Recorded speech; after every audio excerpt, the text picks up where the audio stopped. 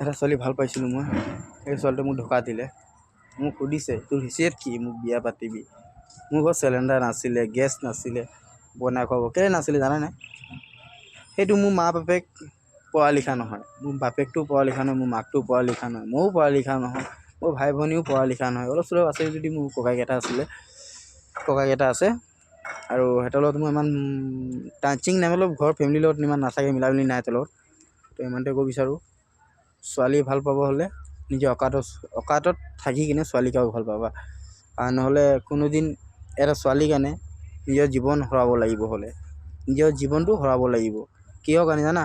কোনো ল'ৰা কষ্ট বুজি পায় আৰু ওপৰত আত্মা শান্তিত হয় যে কোনোদিন সেই ছোৱালীটো মোৰ ওচৰত ঘূৰি আহিব। বাকী ময়ে গম পাওঁ যে যিমান মই ভাল পাওঁ ন, কোনোৱে তাক সিমান ভাল পাব নোৱাৰে মোৰ নিচিনা হ'ব।